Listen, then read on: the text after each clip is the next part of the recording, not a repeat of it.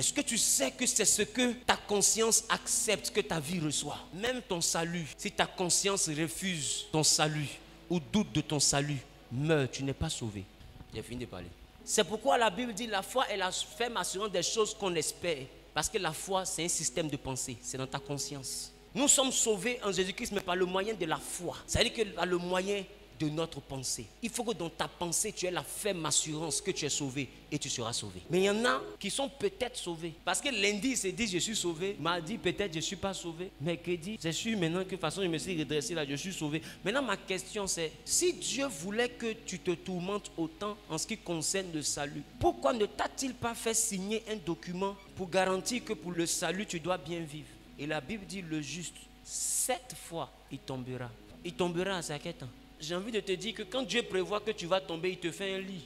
Il dit 7 fois le juste tombera, mais 7 fois il se relèvera. Pourquoi il met quelque chose dans un futur? Il dit à Pierre, le diable t'a réclamé pour te cribler, mais moi j'ai prié pour toi, afin que ta foi ne défaille point. Maintenant ma question c'est, quelqu'un qui renie, comment il fait pour croire? Comment on peut renier Dieu tout en croyant en Dieu? No sense. Jésus dit, j'ai prié pour toi, mais avant que le coq ne chante, tu vas me renier 3 fois. Mais comment tu fais pour me renier 3 fois tout en croyant toujours? Ce ne sont pas tes efforts qui te sanctifient. C'est Dieu qui te déclare saint. Il faut retenir ça. Et puis arrête de te battre pour être saint. Bats-toi pour adorer Dieu. Rapproche-toi de lui. Cherche à le connaître. Cherche à l'avoir dans ta vie. Fais de lui le centre de ta vie. Aucun homme ne peut substituer Dieu dans ta vie. Aucun homme ne peut remplacer Dieu dans ta vie. Aucun travail ne peut remplacer Dieu. Cherche à le connaître. Cherche à te rapprocher de lui. Je suis en train de dire même à quelqu'un, moi je trouve que c'est une perte de temps de toujours poursuivre le diable. C'est frustrant de voir un lion poursuivre quelqu'un qui est comme un lion. La Bible dit le diable rôde comme un lion rugissant, cherchant qui il va dévorer. Maintenant nous là, nous sommes des lions parce que nous venons de Juda et Jésus notre chef, qui est en même temps notre grand frère, est le lion de la tribu de Juda. Mon grand frère peut pas être lion, et puis moi, il serait cabri. Petit frère des chiens, là, des chiens.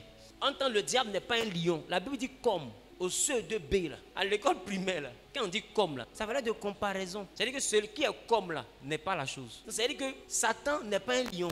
Il ressemble à un lion, mais il n'est pas lion. Nous, on ne ressemble pas. Nous, on est lion. Maintenant, c'est frustrant de voir un lion poursuivre quelqu'un qui ressemble à lion. Ne perdez pas votre temps sur le diable. Perdez votre temps sur Dieu. Il dit médite sa parole jour et nuit. Il n'a pas dit médite les sorciers jour et nuit. Mais toi tu t'assois, tu ne penses qu'à la sorcellerie. Comment elle vous poursuit? Comment ils ont failli t'attraper en rêve? Juste quand toi on te poursuit, quand tu te réveilles, c'est écrit sur ton plafond à suivre. Toi ton rêve là c'est série. Mais le diable est beaucoup dans ta vie parce qu'il est présent dans ta conscience. C'est ta conscience qui impose le diable à ta vie. Quand moi je ferme mes yeux là, je ne sais pas quel est le compartiment de ma vie ou bien dans quelle chambre de mon château le diable habite. Je ne sais pas. Tout ce qui m'arrive c'est Dieu. Même si c'est un malheur, Dieu a permis que son nom soit béni. Il ne peut pas m'arriver quelque chose qui vient du diable. C'est que moi-même je ne crois pas en la Bible. La Bible dit rien ne m'arrive si Dieu ne donne pas son OK. Ça veut dire que ce n'est pas une affaire de Satan veut. C'est Dieu qui doit valider pour que ça m'arrive. Donc si ça m'arrive là, ce n'est pas celui qui a fait là qui est responsable. C'est celui qui a validé là qui est responsable. Si la police vient te chicoter, ce n'est pas le policier là qui doit insulter sa maman. C'est celui qui l'a envoyé là. Et lui c'est un sous-officier, mais il y a un officier qui lui a dit va. C'est la raison pour laquelle dans un pays, je crois en Indonésie là-bas, ils ont fait guerre. Quand ils ont fini de faire guerre là, c'est le président, ils ont pu repartir. Parce qu'on dit que... J'ai dit quoi là même? Voilà. Mais après on dit c'est plus lui. Mais ils ont dit en Indonésie là-bas.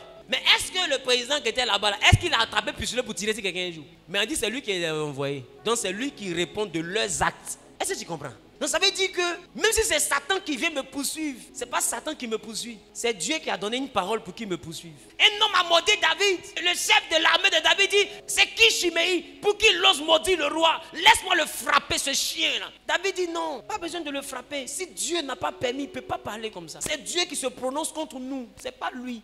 Et David lui laissa la vie sauve. Parce que si je frappe Chiméi et Absalom, parce qu'on a croisé Chiméi parce qu'Absalom nous a chassés. D'ailleurs, tu as oublié. Et pour ne pas combattre mon propre fils, je fuis. C'est Chiméi. Chiméi n'a rien fait. Mon propre sang m'a renversé. C'est Chiméi. Ils sont en train de dire à quelqu'un, ta camarade te fait du mal, ça te fait mal. Regarde ce que ta famille t'a fait. Ta propre famille.